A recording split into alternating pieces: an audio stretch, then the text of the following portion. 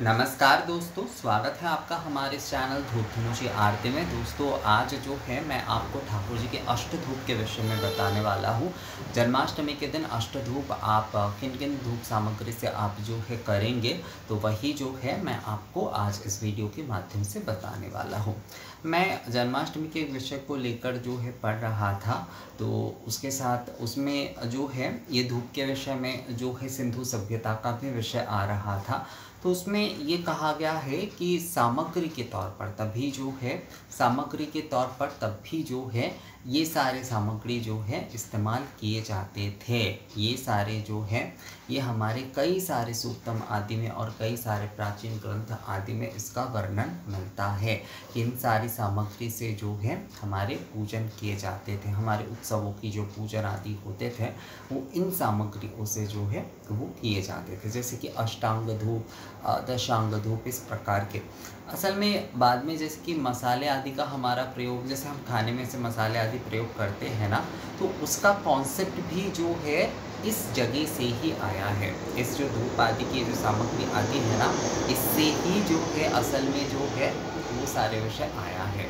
तो मतलब अगर देखा जाए तो ये बहुत ही अति प्राचीन जो है एक नियम है, ये जो धूप सामग्री आदि से धूप आदि करने का।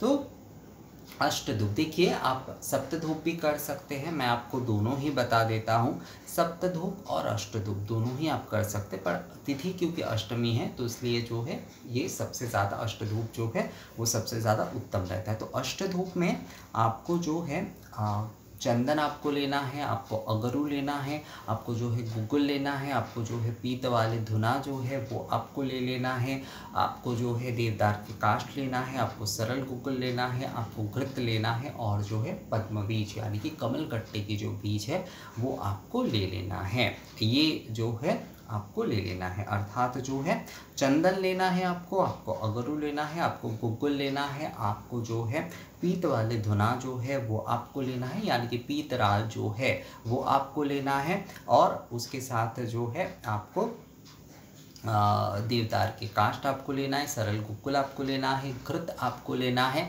और जो है आपको पद्म बीज यानी कि कमल गट्टे के जो बीज है वो आपको ले लेना है। तो ये 8 प्रकार के जो सामग्री है इससे ही जो है आप अष्टधूप जो है बनाकर जो है धनुषी धूप में धूपाग्नि आदि प्रज्वलन करते हुए जो है आप उसमें जो है इसका प्रयोग करिएगा। आप अगर सप्तधूप के तौर पर कर रहे हैं, सप्तधूप के तौर पर अगर कर रहे हैं तो उसमें आपको जो है अगरू, चंदन, पीत धुना, गुग्गुल, सरल गुग्गुल, घृत और पद्म बीज, इसका आपको प्रयोग करना है। इतना ही जो है वो आपको प्रयोग करना है अगर आप सप्तधूप कर रहे हैं तो। और अगर अष्टधूप कर रहे हैं तो उसमें आपको जो है चंदन, अगरू, पीत वाले धुना, गुग्गुल, सरल गुग्गुल और देवदार के काष्ठ, घृत और पद्म बीज, ये जो है 8 सामग्री जो है आपको प्रयोग करना है। कभी भी जो है इन सामग्रियों को मिक्सी आदि में मत पीसिएगा, अलग अलग जो है इन्हें पीसते हुए जो है इन्हें बस मिला दीजिए। और उसके बाद जो है धूपाग्नि आदि, नारियल छिलके आदि से, या फिर कंडे आदि जिनके वहाँ पर शुद्ध मिलते हैं, वहाँ पर बहुत सारे लोग मुझे कहते हैं, एक जन जैसे कुछ दिन पहले जो है शायद बनारस के पास से ही उनका है, शायद रामनगर में रहते हैं वो, तो बनारस के उस पार जो है जिसे व्यास काशी भी कहा जाता है, तो वो मुझे बोल रहे थे कुछ दिन पहले उनके तीज के विषय को लेकर कि दादा हम धनुषी धूप तो करना चाहते हैं पर हमारे यहाँ पर तो नारियल के छिलके नहीं मिलते, केवल कंडे मिलते। तो कंडे मिलते तो आप कंडे में करिए ना, कोई समस्या नहीं है उसमें। नारियल के छिलके में क्या होता है, आसानी होता है और बहुत शुद्ध मिलता है। मेरे इस तरफ तो कंडे जो है वो मिलावटी होते, मैं प्रयोग नहीं करता हूँ। अगर आपके वहाँ पर कंडे अच्छे वाले मिलते हैं तो आप उसका प्रयोग कर सकते हैं, पर मुझे लगता है कि नारियल के छिलके जो है वो सबसे ज़्यादा शुद्ध होता है, और नारियल श्रीफल होता है, नारियल से बड़ा पवित्र तो और कुछ हो ही नहीं सकता है। सबसे शुद्ध होता है, सबसे पवित्र होता है, और किसी भी प्रकार की जो है इसमें मिलावटी विषय होता ही नहीं है। नारियल एकमात्र अभी भी शायद वस्तु है जिसमें किसी भी प्रकार की मिलावटी करना जो है संभव नहीं है, चाहे वो कच्चे वाले नारियल हो चाहे वो पके हुए नारियल हो, इसमें मिलावटी करना बिल्कुल संभव नहीं है। तो इसलिए नारियल के छिलके सबसे शुद्ध होते हैं। तो आप धूपाग्नि आदि प्रज्वलित करते हुए जो है आप ठाकुर जी को जो है ये अष्टधूप जो है यानी कि अगरू चंदन सरल अगरू चंदन गुग्गुल पीत धुना देवदार सरल गुग्गुल घृत और जो है पद्म बीज जो है ये आप दीजिए। और अगर सप्त धूप आप करना चाहते हैं तो उसमें आपको अगरू चंदन पीत धुना गुग्गुल सरल गुग्गुल घृत और पद्म बीज इसका आपको प्रयोग करना है। ये आपको प्रयोग करना है, मैं डिस्क्रिप्शन में लिख भी दूंगा दोस्तों, उसे आप ज़रूर देखिएगा।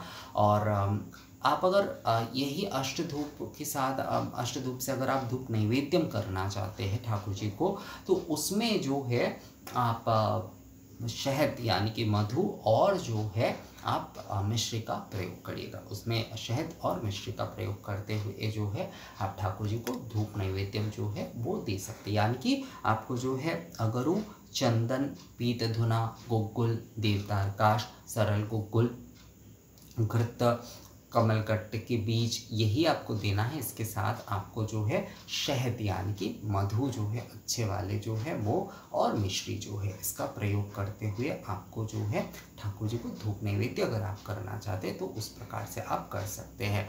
और ये अष्टधूप जो है आपको मैंने जो सामग्री आप लोगों को बताया है ये आप लोगों को आसानी से मिल जाएगा, आप लोगों को आसानी से मिल जाएगा। अगर नहीं मिलता है तो कम से कम आप जो है केवल मात्र गुग्गुल धुना घृत और चंदन से जो है ठाकुर जी को अवश्य धूप करिए। या फिर जो है गुग्गुल धुना कमल के बीज और घृत से जो है आप मतलब पद्म बीज जो है कमलगट्टे के बीज जो है वो और जो है घृत से जो है आप ठाकुर जी को धूप करिए। तो इतना आप कर ही पाएंगे, इतना सामग्री आपको मिल ही जाएगा।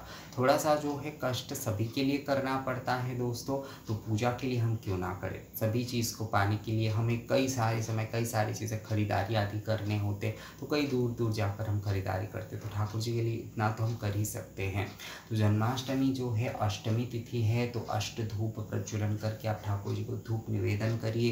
आप ठाकुर जी को जो है आप सप्त धूप से धूप आरती करिए। अगर धूप नैवेद्यम आदि करना चाहते हैं तो वो भी आप ठाकुर जी को करिए। और पीतल के पात्र में ही पीत वर्ण के पात्र में ही जो है ठाकुर जी को आप धूप करिए, उनकी आरती करिए। और सप्त दीपक से जो आरती है ना, जन्माष्टमी के दिन हमारे आगम शास्त्र में भी कहा गया है कि सप्त दीपक में जो है घृत बाती लगाते हुए अगर आप जो है जनार्दन की आरती करते हैं तो वो बहुत ही ज़्यादा शुभ होता है। तो आप जो है पीत पात्रों में यानी कि पीतल के पात्र में धूप दीप पात्र में जो है सही तरीके से धूपाग्नि प्रज्वलन करते हुए अष्टधूप या सप्तधूप से जो है ठाकुर जी की आप आरती करिए। और सप्त दीपक प्रज्वलित करते हुए भी जो है आप ठाकुर जी की आरती करिए।